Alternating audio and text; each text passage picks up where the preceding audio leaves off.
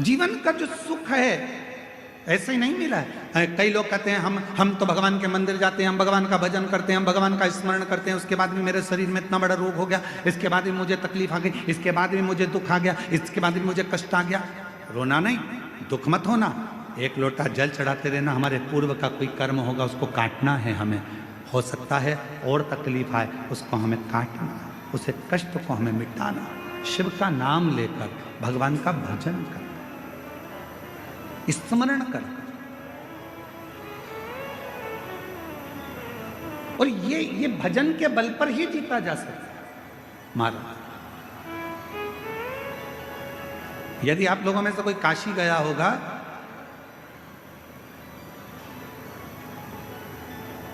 तो काशी में एक जगेश्वर महादेव है। जगेश्वर महादेव काशी में विराजमान। कभी आप लोगों में से कोई गया होगा, स्मरण रखिएगा, काशी अगर कोई गया। एक होता है शमी का पौधा, एक होता है मंदार का पौधा। मंदार जानते हो सब लोग? बोलो तो जम के। सफेद आंकड़ा भी उसको बोलते हैं, मंदार भी उसको बोलते हैं। मंदार का पौधा और एक होता है शमी का। कहते हैं जिस व्यक्ति की जिंदगी में केवल घाटा ही घाटा लिखा हो, दुख ही दुख लिखा हो और कई साल हो गए हों किराए के मकान में रहते हुए या तकलीफ को भोगते भोगते, परिवार में कहीं सुख है ही नहीं, दो पौधे को याद रखना। और दोनों पौधे की कथा हमने पूर्व में सुना चुके, मंदार और शमी।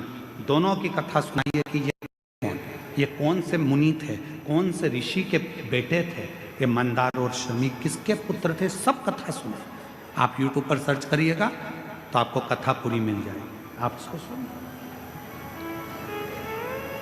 जिसकी जिंदगी में दुख ही दुख लिखा, कष्ट ही कष्ट लिखा, परेशानी ही परेशानी लिखी, तो मंदार और शमी ये दो पौधे ऐसे हैं जो जीवन में सुख प्रदान करते हैं।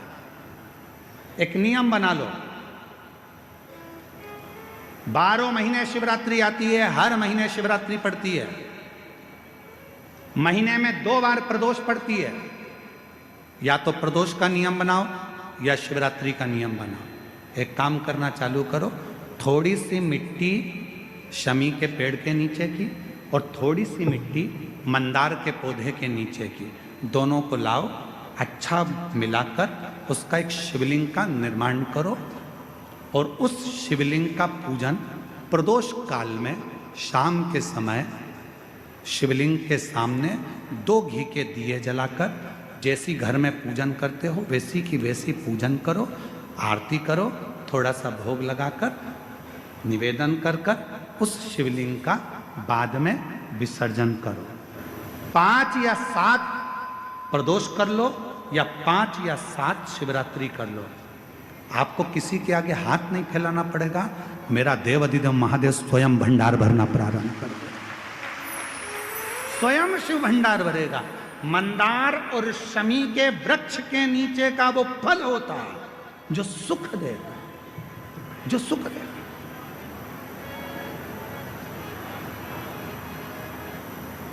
जो हमें आनंद प्रदान करता है। मंदार मतलब आप लोग जानते हो, वो सफ़ेद आंकड़े की जो जड़ होती है, आंकड़ा होता है, उसके छोटे छोटे फूल होते हैं मंदार के, भगवान शंकर को चढ़ते हैं। और शमी की पत्ती तो आप लोग जानते ही हो, शमी का पत्र, इसके पौधे के नीचे और उसके पौधे, इसका वृक्ष और उसके वृक्ष के नीचे की थोड़ी थोड़ी मिट्टी प्रदोष काल में या तो प्रदोष हो या शिवरात्रि हो, दोनों को मिलाकर उसका शिवलिंग बनाकर उसकी आराधना, उसकी अभी हम कथा में एक बड़ा सुंदर व्याख्यान बताएंगे। जब घर में एक बीमार होता है, दूसरा ठीक होता है, दूसरा बीमार होता है, तीसरा ठीक होता है, उसका भी स्मरण इसमें मंदार और शमी के पौधे के नीचे की मिट्टी का वर्णन।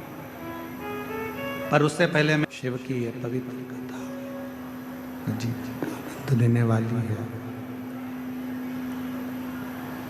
कहीं ना कहीं आपके और हमारे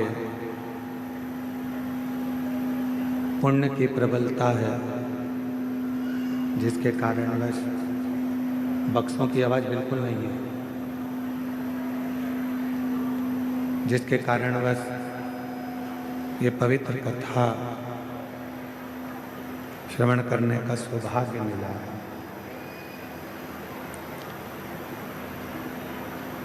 देखिए,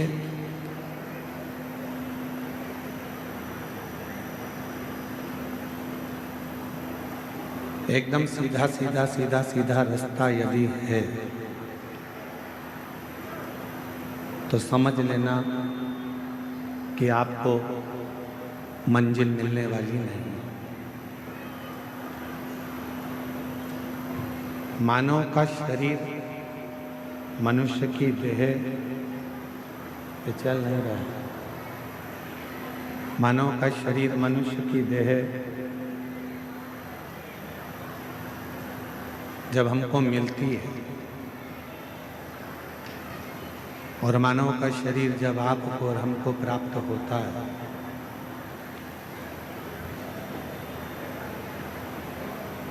तो भगवान माता के गर्भ में भी जब रखता है तो थोड़ा आड़ा टेढ़ा कर कर रखता है।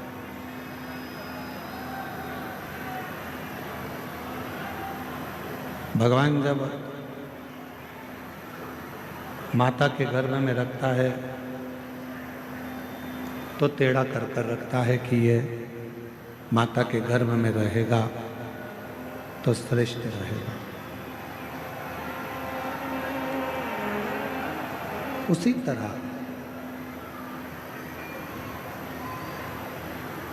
शिव महापुराण की कथा कहती है, भगवान शंकर का चरित्र कहता है, शिव तत्व कहता है, भगवान देवाधिदेव महादेव का चरित्र कह रहा है, भगवान शंकर की पवित्र कथा कह रही है। एकदम सीधा सीधा रास्ता यदि हमारे जीवन में हमको मिल रहा है तो समझ लेना कि मंजिल पास में नहीं है, मंजिल नजदीक में नहीं।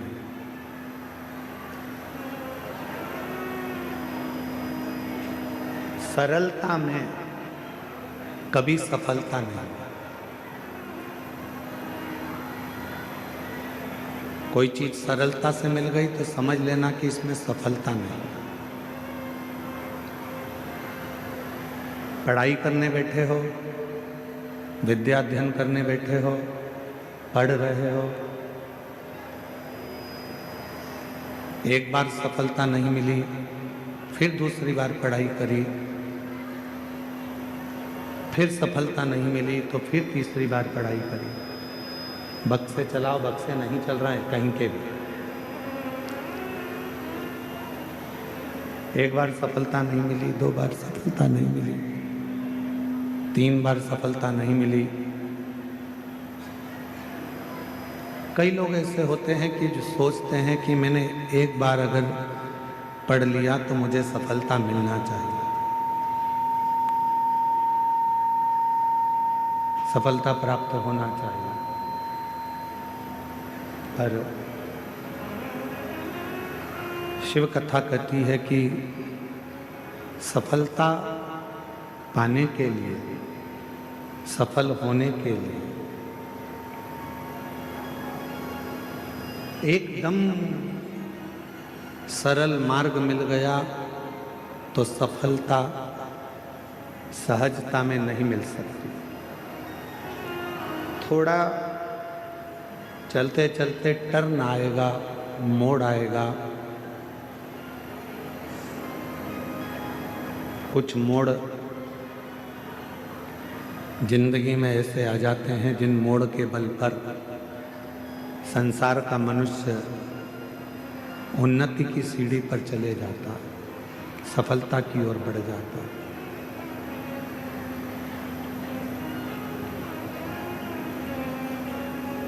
मेरा बेटा बेटियों से निवेदन है, मेरी जीजियों से निवेदन है, मेरे जीजाओं से निवेदन, ये नहीं चल रहे हैं, कान लगाओ इसमें। मेरा जीजी जीजाओं से निवेदन है, बेटियों से निवेदन है, मेरी माताओं से निवेदन है, मेरे भाई बहन से निवेदन है कि जिंदगी में यदि मानव का देह मिला है और मनुष्य का शरीर मिला है,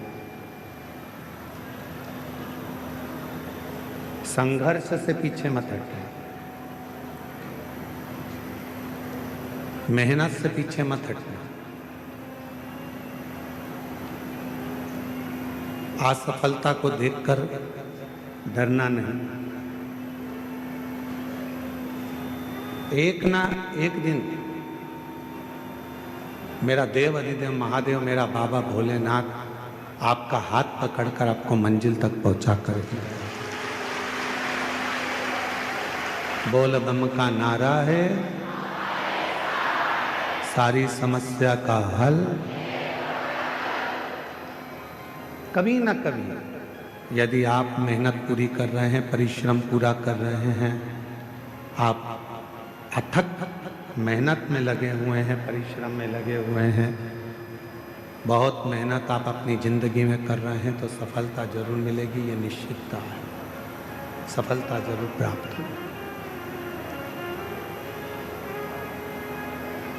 हम क्या करते हैं, अपनी आधे से ज़्यादा जिंदगी तो हम विवाद में निकाल देते हैं। संवाद तो हम नहीं कर पाते, हम विवाद में पड़े रहते हैं।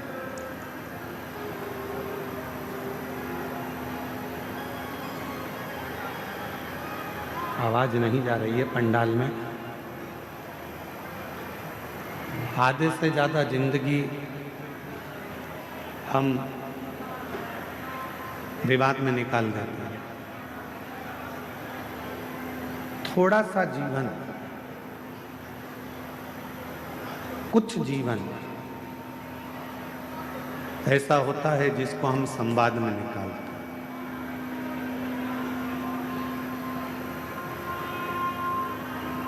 हम आपसे एक बात पूछें, जरा उत्तर दीजिएगा। स्पीकर उन बढ़ाइए, स्पीकर उनकी आवाज नहीं खुली है, स्पीकर नहीं चल रहा है।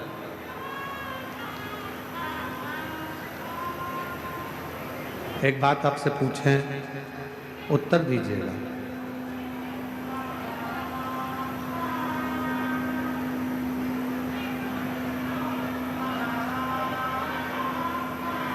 हे भैया बांटने वाले, हे बांटने वाले भैया,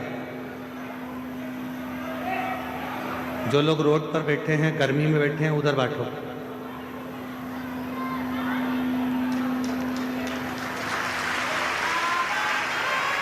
ले जाओ यहाँ से। जो लोग रोड पे बैठे हैं, गर्मी में बैठे हैं, धूप में बैठे हैं, उनको दीजिए। मेरी जीजियाँ अपने साथ में 2 पानी की बोतल लाई हैं।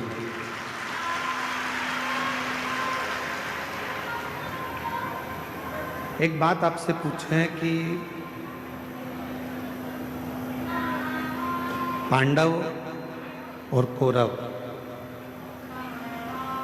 दोनों में विवाद किस चीज के लिए हुआ? कोई गाड़ी के लिए विवाद हुआ क्या? घोड़ों के लिए विवाद हुआ क्या? सोना चांदी के लिए विवाद हुआ क्या? कौरव और पांडवों में विवाद हुआ तो केवल जमीन के लिए विवाद हुआ, केवल जमीन।